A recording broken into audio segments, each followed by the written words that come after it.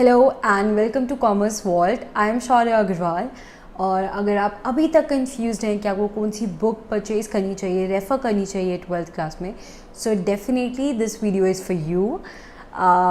तो इस वीडियो में हम डिस्कस करेंगे कि कॉमर्स सब्जेक्ट्स में आपको कौन कौन सी बुक लेनी चाहिए।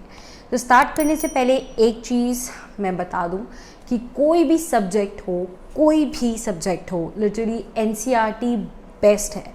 तो अगर आपने एनसीईआरटी अच्छे से पढ़ ली है, उसके बाद ही आपको एक बुक रेफ़र करना। तो आपको 2-3 बुक्स लेने की ज़रूरत नहीं है, कोई भी एक बुक चलेगी, ठीक है। तो स्टार्ट करते हैं अकाउंट से। तो अकाउंट्स के लिए तो कोई कन्फ्यूज़न नहीं होनी चाहिए, क्योंकि अकाउंट्स के लिए 2 ही बुक्स हैं, TS Grewal and DK Goyal, जो मुझे लगता है बेस्ट हैं। तो इन दोनों में से कोई भी एक book will work for you. तो एनसीईआरटी पढ़ने के बाद अगर आप कोई भी टीएस गरेवाल या डीके गोयल में से कोई भी एक चूज़ करते हैं तो बहुत अच्छी बात है।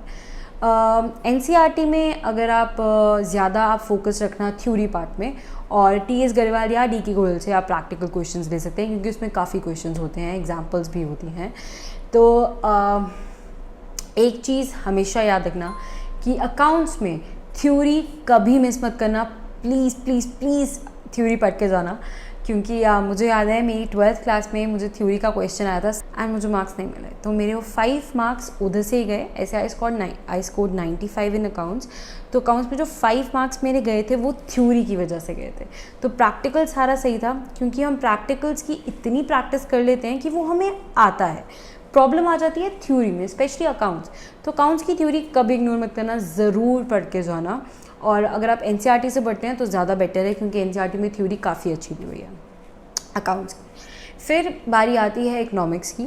तो इको में मुझे लगता है एनसीईआरटी के अलावा जो 2 बुक्स काफ़ी अच्छी हैं, एक आ गई हमारी वीके ओरी, काफ़ी अच्छी बुक है इको के लिए, और दूसरी है संदीप गर्ग। तो ये दोनों बुक ना टाई है, मतलब इन दोनों में से कोई नहीं कह सकती कि ये बेटर है या ये बेटर है। दोनों बुक्स काफ़ी अच्छी हैं, तो कोई भी एक ले लीजिए, सफिशेंट है। तो संदीप गर्ग में भी काफ़ी अच्छी डिटेल में दिया हुआ है, लैंग्वेज भी इजी है। वीके ओरी भी सेम, वीके ओरी में ज़्यादा डिटेल में नहीं है, बट लैंग्वेज काफ़ी इजी है। तो इन दोनों में से आप कोई भी एक बुक रेफ़र कर सकते हैं। नेक्स्ट सब्जेक्ट है मैथ्स। तो हमें कॉमर्स में एंटर करने से पहले चॉइस मिलता है कि आपने कॉमर्स विद मैथ्स लेना है और कॉमर्स विदाउट मैथ्स। तो कॉमर्स विदाउट मैथ्स वाले तो तुम लोग मज़े करो यार, तुम लोग ऐश करो, सही मज़े तुम्हारे। और कॉमर्स विद मैथ्स वाले, जैसे कि मेरे जैसे लोग जिन्होंने मैथ्स ले लिया और फिर रोते हैं, तो कॉमर्स विद मैथ्स वाले के लिए ये है कि अगर आप मैथ्स में करना चाहते हैं तो best is NCERT. Seriously maths के लिए तो बेस्ट है वो। अगर आप एनसीईआरटी अच्छे से करके चल जाएंगे तो 90-91 आना तो काफ़ी मतलब कि आसान हो जाएगा, अगर आप वो अच्छे से करते हैं। फिर अगर थोड़ा एक्स्ट्रा कुछ एक्स्ट्रा सॉल्व करने के लिए, तो 2 बुक्स हैं, एक आ गई हमारी आर.एस. अग्रवाल और एक है आर.डी. शर्मा। तो आर.डी. शर्मा मुझे लगता है काफ़ी डीप है पर अच्छी है, बट वो अगर हम वो एंट्रेंसेस के लिए ज़्यादा अच्छी है, तो हमें लिमिटेड करना है 12th क्लास के लिए, तो उसके लिए I think RS. Agarwal is good. तो आप लोगों के लिए मैं रेफ़र करूँगी आर.एस. अग्रवाल एनसीईआरटी के बाद। तो पहले तो एनसीईआरटी अच्छे से सॉल्व कर लो, अच्छे से एक एक क्वेश्चन, एक एक एग्जाम्पल, और फिर आर.एस. अग्रवाल में कुछ एक्स्ट्रा क्वेश्चंस के लिए जा सकते हैं। Next is English. I know आप लोग सोचते हैं कि इंग्लिश भी कोई पढ़ता है, लेकिन हाँ, इंग्लिश ज़रूर पढ़ना है। इंग्लिश को ऐसा मत सोचना कि बाद में जाके पढ़ेंगे, और बाद में जाके बेसिकली होता क्या है, हम समरी पढ़ते हैं और समरी से हमें कुछ नहीं मिलने वाला। तो इंग्लिश स्टार्टिंग से ही पढ़ना स्टार्ट करो, थोड़ा थोड़ा, ज़्यादा नहीं, बट या थोड़ा बहुत करना स्टार्ट कर दो। तो इंग्लिश के आई थिंक एनसीईआरटी अच्छी है, क्योंकि इंग्लिश में क्या है यार, स्टोरियाँ सुननी है, मतलब पढ़नी है और वही लिखनी है। तो उसके लिए स्टोरी पढ़नी तो पड़ेगी, समरी पे डिपेंडेंट नहीं रहना, बिल्कुल नहीं रहना। तो इंग्लिश के लिए आई थिंक 2 बुक्स जो काफ़ी अच्छी हैं, एक आ गई हमारी एग्ज़ाम आइडिया, बहुत अच्छी बुक है। उसमें समरीज भी में दिया हुआ है और क्वेश्चंस भी सॉल्व्ड हैं, तो उसके क्वेश्चन पार्ट में ज़्यादा फोकस रखना है आप लोगों ने। और दूसरी आ गई हमारी अरिहंत, जिस सैम्पल पेपर्स जो होते हैं उसमें भी क्वेश्चंस के आंसर्स दिए हुए हैं। तो ये बेसिकली ये इसलिए मैं रेफ़र कर रही हूँ ताकि आपको पता चल जाए कि हर क्वेश्चन को हमने कैसे अटैम्प्ट करना है इंग्लिश में।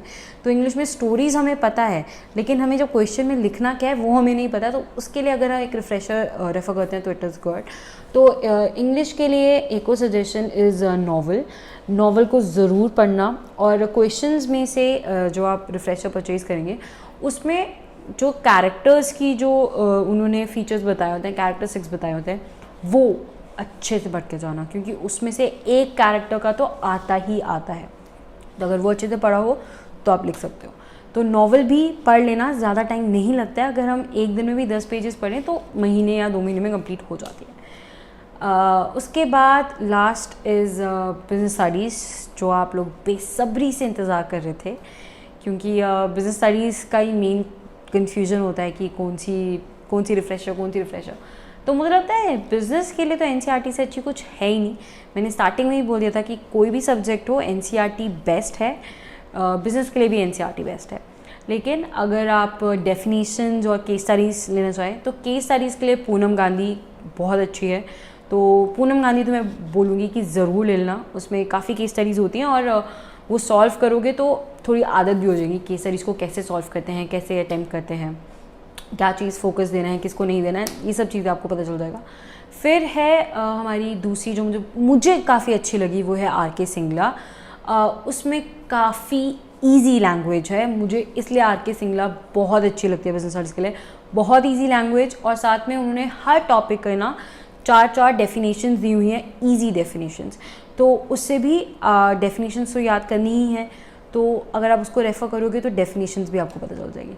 तो इसलिए मुझे लगता है बिज़नेस स्टडीज़ के लिए ये 2 काफ़ी अच्छी हैं, Poonam Gandhi and RK. Singla. So that's it. I hope अब आपको कोई कन्फ्यूजन नहीं हो बुक्स से related. So thank you so much guys for watching it. Please like this video, क्योंकि आपके लाइक से, आपके कमेंट से, आपके शेयर से मुझे बहुत मोटिवेशन मिलती है, and we really need this motivation. So thank you so much and keep supporting.